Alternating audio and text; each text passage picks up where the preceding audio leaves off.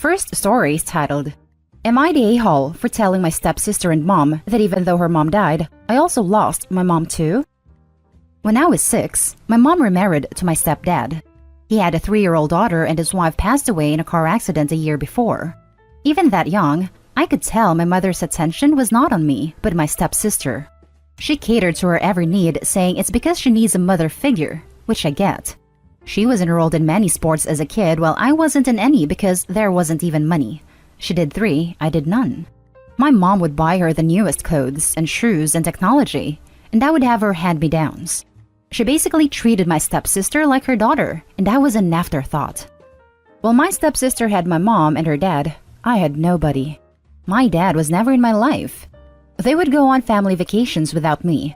My stepdad loved that my mom prioritized his daughter over me. When I was 10, they decided they couldn't give my stepsister the attention she deserved with me in the house, so they sent me away to live with my aunt in a different state. For 3 years, my mom had basically no contact with me. I would answer the phone and it was always my stepdad or stepsister. My stepsister would say her mom's busy and hang up. She would tell me to stop calling because if my mom wanted to talk to me, she wouldn't have sent me away. I went 6 months without talking to my mom once. My aunt hated my mom for the way she treated me and told me I deserved better, so she basically became a surrogate parent. When I was 13, she ended up passing away from complications from a disease she had been suffering from. I was so heartbroken, and my mom reluctantly allowed me to move back in after consulting with other family members to see if they would take me. I tried to justify it to myself as a teen that maybe she just doesn't want to be a mom, but she was a mom to my stepsister. She would post her accomplishments in social media, parade her around the family as her golden child. She even said she thinks my stepsister looks more like her than I do. I remember as a kid before they got married, my mom was so attentive and loving. Then she chose my stepdad and stepsister over me. I'm now 16 and I hate my life because of them 3. My stepsister is a witch, and whenever I bring up the differences in which we're treated, she says her mom is dead and I'm selfish for not wanting to share my mom. Yesterday, we got into an argument after she went through my clothes, and she said I'm unwanted and that my mom is more of a mom to her than she is to me, in front of my mom who smiled and looked at me to see how I would react. I said, your mom might have died, but I also lost my mom too. You can have her, I'm already an orphan in my eyes. My stepsister started crying, saying that I'm disgusting for saying my mom is gone, when actually it's her mom that died. My mom co-signed and said I should be ashamed of myself for trying to make it seem like I don't have a mom, and I'm an a-hole for the comparison.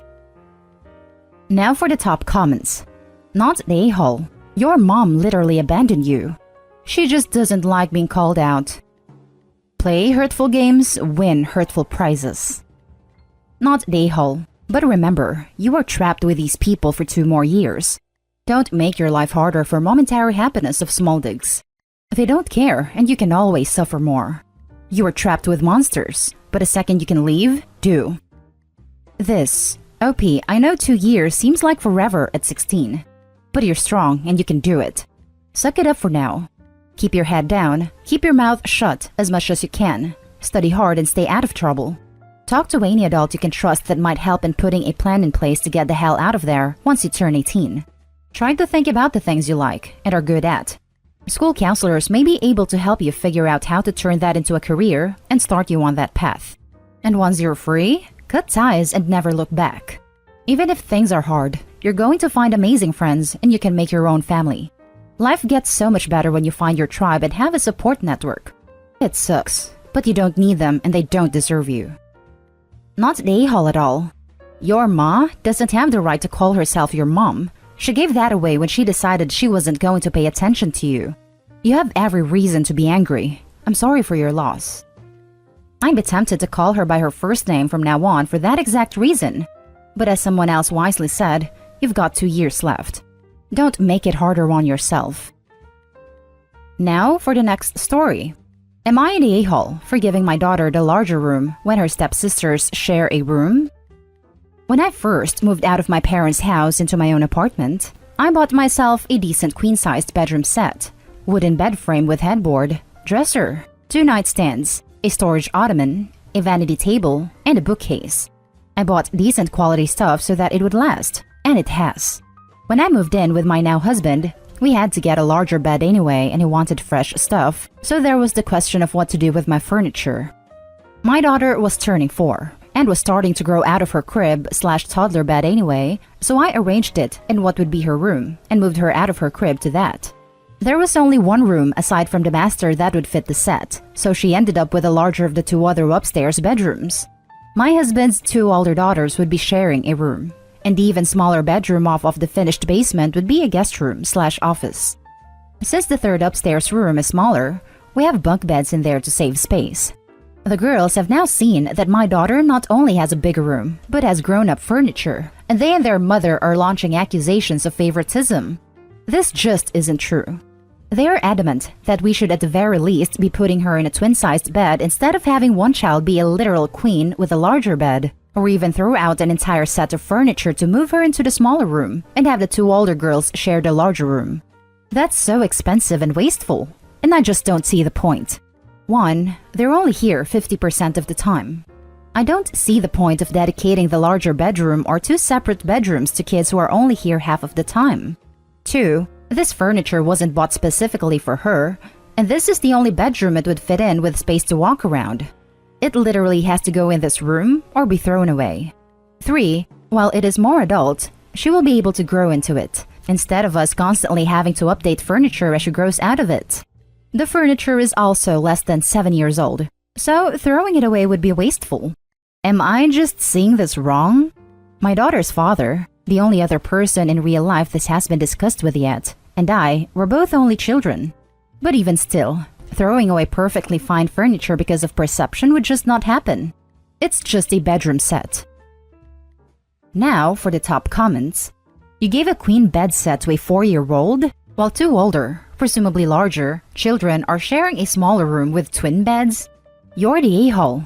Doesn't matter if they're only here half the time, that's still a lot of time and you are clearly showing favoritism, even if you aren't doing so intentionally. Either sell the queen bed set or make the queen bed a guest room and move your daughter into the smallest room with a twin bed. Since she is smallest, it isn't fair to give her even more space than 2 larger children. Plus, a lot of kids who split time end up feeling like they don't really have a home because they get downgraded because they're only here half the time. You're the a-hole. You are trying to rationalize favoring one kid.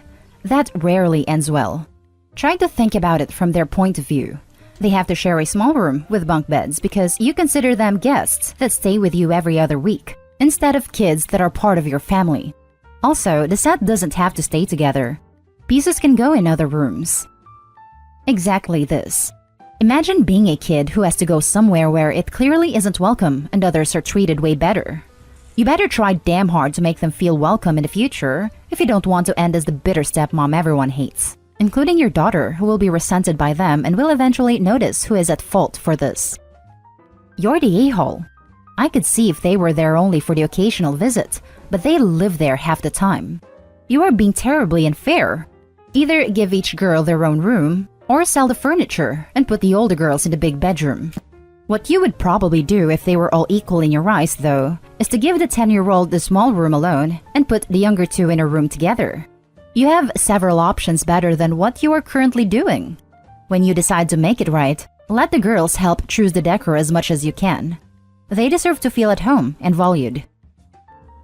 Next story is titled, Am I the a-hole for refusing to accept a deal with my parents that would benefit my sister? My stepsister and I will take the SAT again for school. I've already taken it before and gotten a 1500.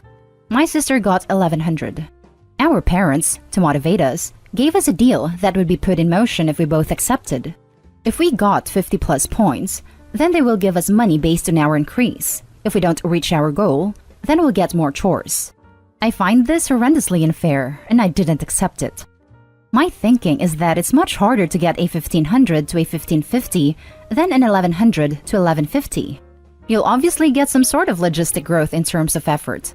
I didn't accept the deal because I honestly think it's unfair, and I probably will not get significantly higher than last time. Scores this high will taper out, and there is that random chance factor. My stepsister is honestly pissed at me. She says she's been studying for a long time and that she has really worked hard for the test. I honestly don't care. I shouldn't be punished for having a higher score. Once again, it's much harder to improve a higher score than a lower one. Now for the top comments. Not the a-hole. I can see giving some kind of incentive for increasing your score, but punishing for not is unreasonable. Your parents are being a-holes. These parents are weird. Not the a-hole. I wouldn't have agreed to it either. Your parents could just propose different things for you both. Your stepsister might be pissed, but she will get over it. Don't fret. And it's clear why you scored 1500 on the first pass. Excellent critical thinking skills. Not the a-hole. Not the a-hole. You are thinking logically from your standpoint. You have high score and you do not believe that you could improve your score. Hats off to your sister for studying, but that's her, not you. Now for the last story. Am I the a-hole for telling my mom she no longer makes the rules? At the time, I was 26. I had a job, and I was saving money to get a place of my own. My dad suffered from sciatica that put him out of work for a while. So we all had to stay home to take care of him. During that period of time, I didn't do anything except work and come home. So I figured, considering that I'm the only employed person in the house, maybe I deserve a little privacy when my dad didn't need to be attended to. Boy, was I wrong. My mother and I got into a big argument over the fact that my bedroom door was closed. She asked me why I had closed the door, and I told her that I just wanted some privacy. My mother replied to this by saying, "You don't have any privacy in this house." At this point, I'm annoyed, and I said, "Then this isn't a house, it's a prison."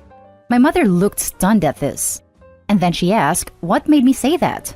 I told her that not having any privacy is the same thing correctional officers tell inmates in prison, and that if she didn't believe me, that she should ask Dad, since he used to be a correctional officer. She just looked at me and said, "Well, if you don't like it, you can pack up your stuff and go." And that's exactly what I did. It took a while, little less than a year. But my dad's sciatica had healed up quite a bit, and he was able to walk around on his own to do a lot of things. By this time, I already had my own place. My mother was upset that I didn't tell her that I was saving money for my own place, but eventually her love changed, and she wound up being happy that I was finally out on my own. Fast forward a few months. My mother calls me and tells me that their SSI got cut off, so they needed a place to stay until they get their benefits back. I immediately tell them to come over. We might not have agreed on a lot of things, but I didn't want to see them homeless. For about a month or so, things were working out fine. My dad's sciatica has healed enough to where he was able to get a job as a security guard. Then things went a little sour. One day, I come home and I noticed that some things weren't the same as they were when I left earlier that day. For clarification, here's what I saw. 1. I accumulated a good selection of horror movies. Halloween, Friday the 13th, Texas Chainsaw, etc. Those were gone. 2. My bedroom door was closed when I left, and now it's open. I asked my mom what happened to my movies and why my bedroom door was open. Here's what she said. "I told you we don't close doors, and horror movies are gateway for demons, so I got rid of them." And then replied by saying that when I was living in their house, I had to go by their rules. Now they're living in my house, and they're still trying to make the rules. And they can't do that when they're in someone else's house. My mother said that I'm always supposed to obey her no matter how old I get. She also said that what I said was disrespectful and rude. I love my mom, but I'm not sure if she's right. What do you guys think? Am I the a-hole? Now for the top comments. Not the a-hole. Wow, just wow. She's a guest in your house. This is not okay, no matter if she's your mother or not. For those of you wondering about my dad's point of view in this situation, he does in fact choose not to get involved. Not the a-hole. In this house, we watch Evil Dead 2 during Thanksgiving dinner. And if I hear any backtalk, we'll wash down dinner with a big glass of Reanimator.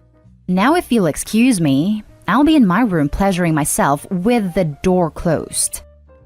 Lol, if he's bold enough, do it with the door open, and maybe she'll start closing them herself. Not the a-hole. It's your place. Hit them with the "do you pay bills around here to be making decisions?" and keep it moving.